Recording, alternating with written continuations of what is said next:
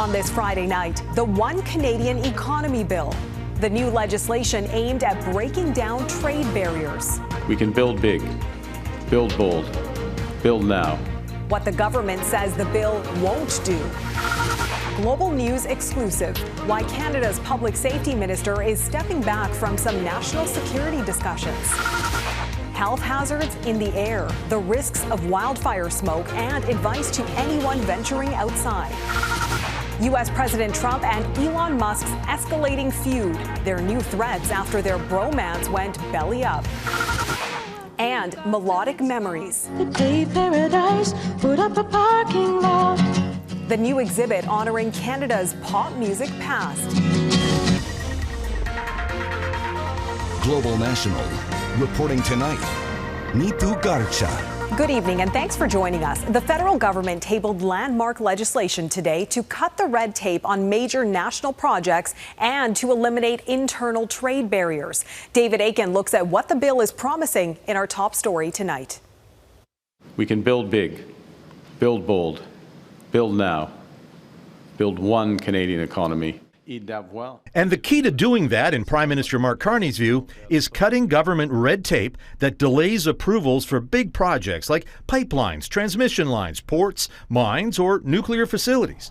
That's what First Ministers unanimously committed to in Saskatoon on Monday.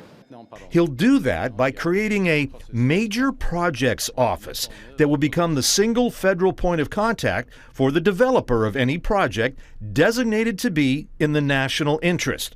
The federal cabinet will decide which projects those are, and that designation will be a big deal because it will come with conditional approval to proceed. When federal agencies have examined a new project, their immediate question has been why. With this bill, we will instead ask ourselves, how? The government says none of this sidelines environmental reviews or overrules provincial authority, nor will it sideline the duty to consult Indigenous organizations. We will not impose a project on a province. We need consensus behind these projects, and we need the participation of Indigenous people. Grew up in British Columbia. But this Indigenous leader has a caution for Carney. There's no moving at the speed of business under the Indian Act because it's just built to set up walls and obstacles for us to even exert our own jurisdiction over our territories. Carney called legislation to do all of this, quote, a landmark bill, and that this is his government's response to, quote, an economic crisis. And he said he expects Parliament will not rise for the summer recess until the bill is passed. Neithu.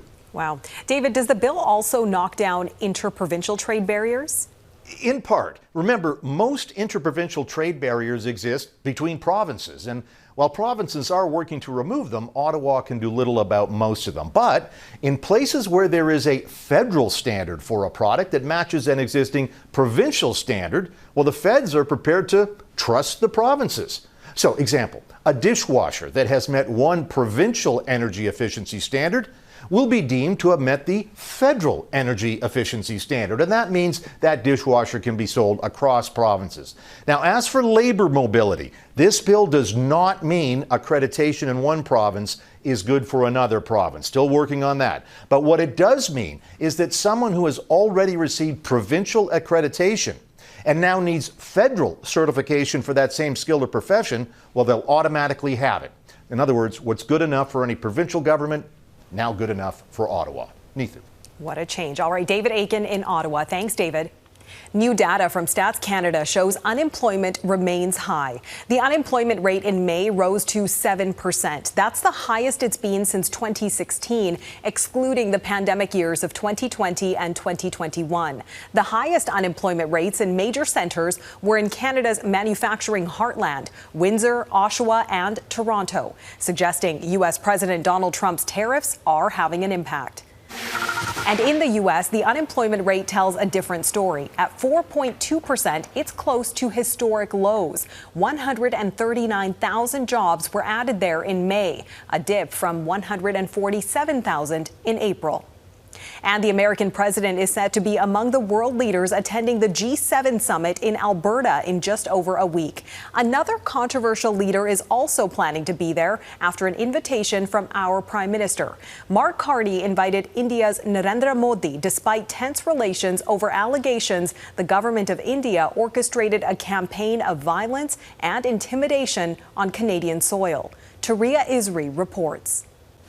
A leader allegedly linked to killings on Canadian soil will soon set foot on Canadian soil, at the invitation of the Prime Minister. There are certain countries that should be at the table for those discussions. Mark Carney says that includes India's Narendra Modi. That's despite allegations Modi's government orchestrated a campaign of violence in Canada. There is a legal process that is literally underway and quite advanced in Canada, and it's never appropriate to make comments. By agents of the government of India. Last fall, the RCMP accused agents of India of homicide, extortion, and violence on Canadian soil. 7 months later, Modi is set to attend the G7.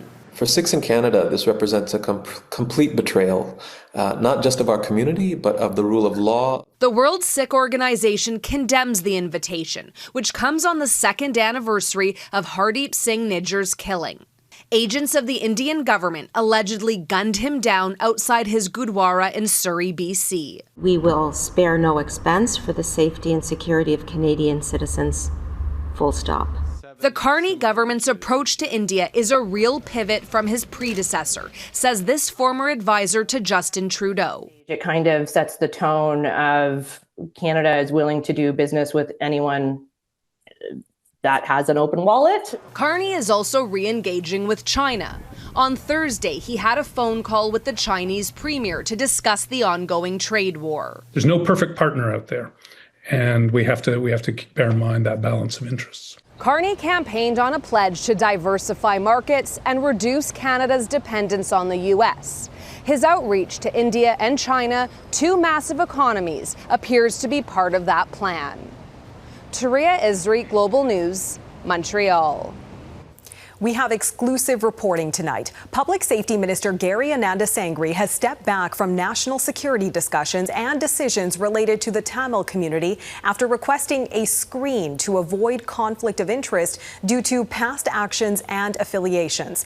Anandasangaree was born in Sri Lanka and leads Ottawa's efforts to secure Canada's borders. Mercedes Stephenson reports. Prime Minister Mark Carney defended his choice of Public Safety Minister Friday. Minister Anandasangaree has the highest standards of integrity. He's absolutely meticulous. His comments come after Global News reported Anandasangaree asked public safety officials to implement a conflict of interest screen for any national security issues related to the Tamil community, which means he is not allowed to discuss or decide anything on that file. We have a rigorous vetting process, and he's taken the right decision in his judgment and in my judgment to make these arrangements. Anandasangaree said the screen was implemented in an abundance of caution and to ensure that there is no perception of any conflict. Two sources told Global News that some senior Liberal staff were concerned about a perceived conflict of interest should the minister's past actions and statements come to light. Anandasangaree came to Canada from Sri Lanka in 1983. The same year, civil war erupted in that country between government forces and militant separatist rebels known as the Tamil Tigers, designated by Canada as a terrorist group in 2006. After the war ended, Anandasangaree, a lawyer, helped hundreds of Sri Lankan migrants who had paid human smugglers to ferry them on ships to Canada's west coast by preparing an intervention if Canada prevented one of the ships from arriving. The Associated Press quoted Anandasangaree as saying the migrants would have legitimate refugee claims even if some were members of the Tamil Tigers. National security sources first began raising concerns to Global News that the minister's past comments were at odds with agencies he now supervises. We have a minister now whose response to being confronted with concerning relations with groups that are affiliated with a listed terrorist organization is to say, I'm going to step back and recuse myself. I don't think that's going to fly with our security partners around the world. Anandasangaree argues his past shouldn't preclude him from now being the point man on tightening border security. I continuously work with many agencies that provide frontline services to refugees. So I do believe I have the credibility to talk about issues at our border. Former senior CSIS official Dan Stanton says the Tamil Tigers are now defunct, and the ethics screen is sufficient. I think he's doing the due diligence. The minister did not say when the screen came into place or if it will also apply to larger issues around Sri Lanka, a continuing national security concern. Neethu? Mercedes Stephenson in Ottawa. Thanks, Mercedes. Saskatchewan Premier Scott Moe says 2 people have been charged with setting wildfires. The RCMP have informed us that they have now charged a couple of individuals, one with respect to some fires that were being started in the Smeaton-Snowden area, and another individual that started the fire that originated out of Weaquin, which is known as the Ditch Fire, which is a significant fire that is encroaching on the community of L'Orange. The wildfire problem persists in the west with at least 78 blazes burning out of control. More than 35,000 people across 5 provinces have been evacuated. The smoke from those fires has millions more concerned. Environment Canada issued air quality warnings and statements today from northeastern BC all the way to Labrador. Sean O'Shea reports on the haze blanketing Canada and beyond. You can see it and smell it in Canada's largest city. It's very, very heavy. It's very difficult to breathe for sure. Heavy smoke from wildfires traveling hundreds, even thousands of kilometers into urban areas in Ontario. I mean, we're seeing special air quality statements from Windsor to Wawa, from Kenora to Kitchener, from Toronto to Timmins. Within that smoke, tiny particles that pose hidden dangers. Those are inhaled. They go through the lungs into the alveoli, or the small sacs of the lungs, right into the bloodstream, and that affects every part of the body. Bad air quality is bad for our health. So we see more heart attacks, we see more heart failure, we even see more strokes on high air quality health index days. On days like these, those with respiratory problems should be especially prepared. Making sure that your breathing is optimized, you have all your puffers up to date, all your prescriptions filled. Some people admit they avoid the smoke. I definitely just try to stay inside as long as I can. But in a city where summer-like weather arrived late, others are staying the course and staying outside. Still out and about, still got to stay active for your mental health, you know? Still gonna do what I do every day. Just be cautious, continue to hydrate, right? Be smart about it, especially coupled with the heat. And if you must go out with all the smoke, this advice from a doctor who treats lung conditions. I also don't want them exercising outside, because when you're exercising, you're breathing in more. You may be breathing at 10 times the rate. That's 10 times more pollution going through your lungs. And summer hasn't even officially arrived yet. More days like these are likely ahead this year. We seem to be feeling it more now and the effects of it. So whether people can see the smoke or smell it, experts say there are health consequences to consider. And where possible, staying indoors this weekend may be wise. Neethu. Important advice. All right, Sean O'Shea in Toronto. Thanks, Sean.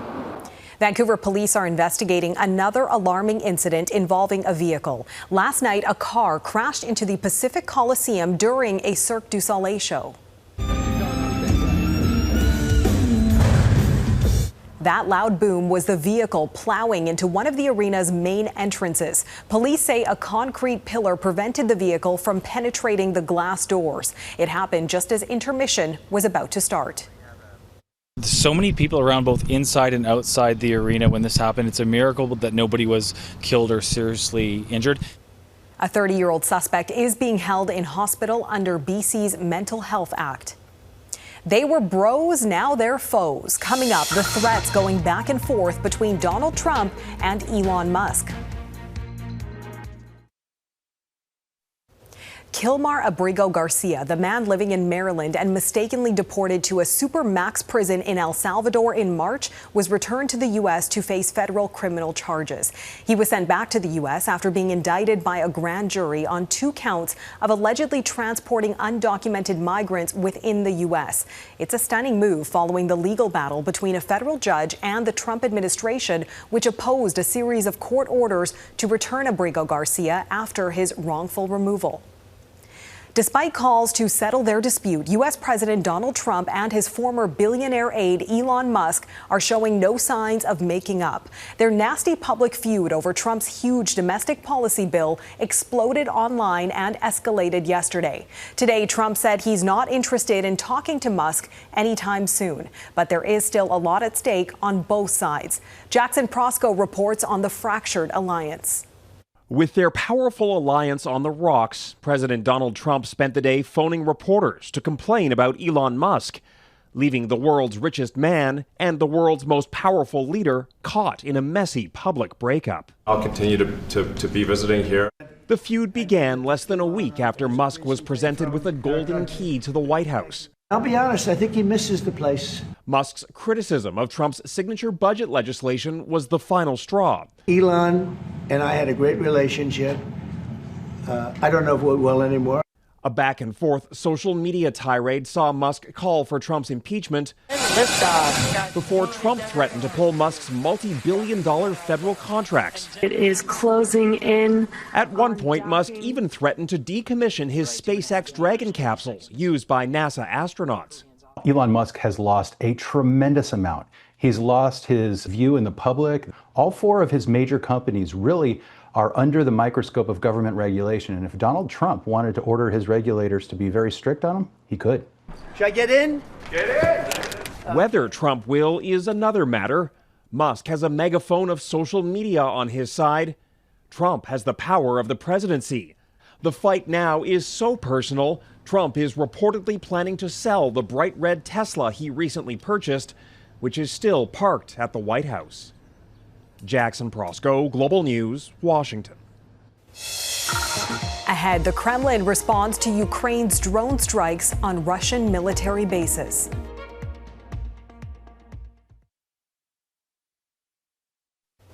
Ukraine's capital, Kyiv, came under an intense overnight attack from Russia. At least 4 people were killed and nearly 50 injured. Russia suggested it was a direct response to Ukraine's surprise attack on military airfields last weekend. And as Redmond Shannon reports, it further dampens the prospects of a peace deal. Bombs raining down on western Ukraine cities, far from the front lines. The capital, Kyiv, hit too. This man says his wife saved their lives by suggesting they sleep in the hallway during the air raid sirens. Russia says these drones and missiles were in response for what it called terrorist acts. Last weekend, Ukraine took out military aircraft at air bases deep inside Russia. The Kremlin also blames Ukraine for a bridge explosion that it says killed 7 people. Russia's retaliation just hours after U.S. President Donald Trump said this. Sometimes you're better off letting them fight for a while and then pulling them apart. Ukraine's President Volodymyr Zelensky has again asked for more international sanctions on Russia, saying, quote, if someone is not applying pressure, that is complicity. Words likely aimed primarily at Washington. What's remarkable about Volodymyr Zelensky is that he does not mince words. Zelensky probably feels he doesn't have a lot to lose, including his newly repaired relationship with Trump. I'll let you know in about 2 weeks. 9 days ago, the U.S. president said he'd know in 2 weeks if Putin was serious about wanting peace. On Friday, Canada's foreign minister called this a difficult moment in geostrategic conflict. Ukraine is no exception. But that does not mean that Canada's support is going to waver. Ultimately, it's the decisions made in an unpredictable White House that are most likely to bring a ceasefire closer. Redmond Shannon, Global News, London.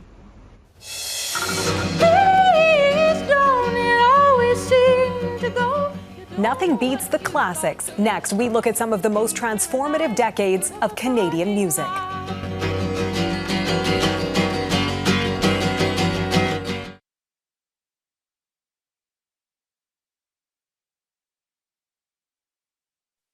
Whether it's BTO or Celine Dion, Canadian musical talent have made their mark. The 1960s through the 1980s are arguably some of the most influential decades in popular music.